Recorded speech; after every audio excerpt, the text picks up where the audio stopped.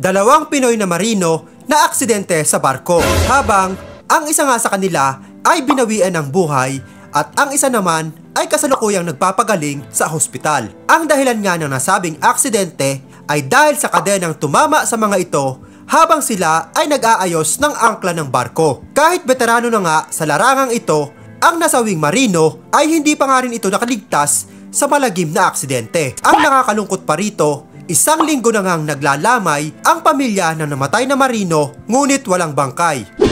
Patay ang isang Pilipinong tauhan ng oil tanker sa Indonesia matapos mahampas ng kadena habang nag-aayos ng palyadong angkla. Isa pang Pilipino ang sugatan naman. Nakatutok si Mark Salazar. March 10 nang bumara ang angkor o angkla ng isang oil tanker sa Indonesia. Dalawang Pinoy fitter ng barko ang inatasang pumasok sa chain hole kung saan nakabara ang angkor. Pero habang inaayos yan, kumalas ang kadena at humampas sa mga Pinoy na sina Romulo Gulyayan at Junri Popera. Binigyan tayo ng pamilya ni Popera ng mga litrato na kuha ng mga nag-rescue sa dalawa. Napuruhan kaya nasawi si Popera.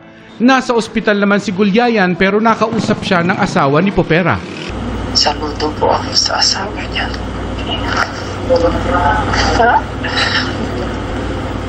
Siya yung pumasok doon sa hole, yung parang malaking hole na yun.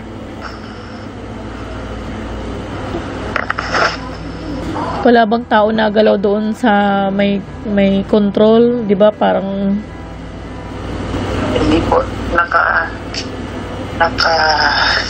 set up na po siya.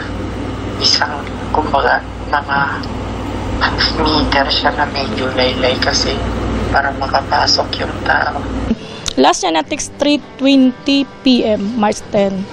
And then, yun ang hindi ko alam na darating pala sa kanya yung 5:30 to 6 PM, mangyayari yung aksidente na yun. 15 taon ng fitter sa barko si Popera at hindi ito ang unang pagkakataong nag-troubleshoot ng palyadong angkor. Ganun din po si Peter. Kapag tinawag na may problema, maasahan.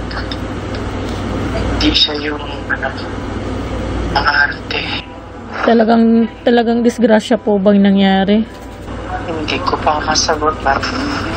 Actually, for emergency problem, anytime tatawagin po kami. Okay. And yung kapitan, nagre-rely sa opisina yun kung ano yung gagawin. Isang linggo nang ipinaglalamay ni Elsie ang asawa ng walang bangkay dahil naghihintay pa ng autopsy ang katawan ni Junri sa Indonesia. Napakasakit tanggapin pero ano bang magagawa ko? Sabi pa nga andyan na hinagap sa isip, hindi namin naisip. Kumbinsido si Ginang Popera na may nagpabaya kaya nadisgrasya ang asawa. Aksidente siya, pero dapat pa siyang mapigilan yung disgrasya. Kasi parang di ko masasabi kung nakalimutan or hindi lang nila na double check na dapat nakalock yung chain doon sa taas. Gusto ko magki-case ako sa kanila pero they're trying their best naman to talk to me in proper way. So mag-uusap-usap pa kami, hindi pa kami tapos. Mabilis naman daw nakipag-ugnayan sa kanya ang local agency ni Junri at ang may-ari mismo ng oil tanker. Maging ang OY nakipag-ugnayan na sa pamilya. Yung sa principal naman po, nangako talaga sila na sila ang sasagot sa mga gastusin at saka sa insurance naman po is mayroon. Pag-uwi sa labi ni Junri, ididiretso siya sa pamilya niya sa Surigao del Sur para doon ihimlay.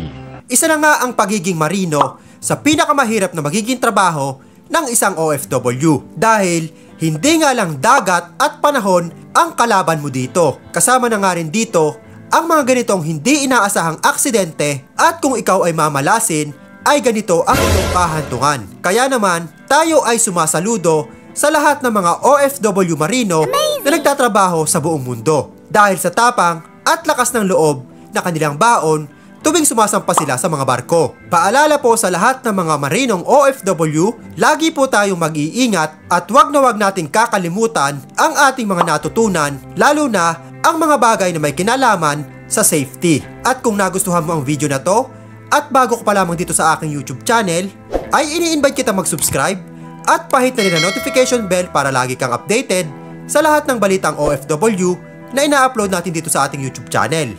Maraming salamat sa iyong panonood.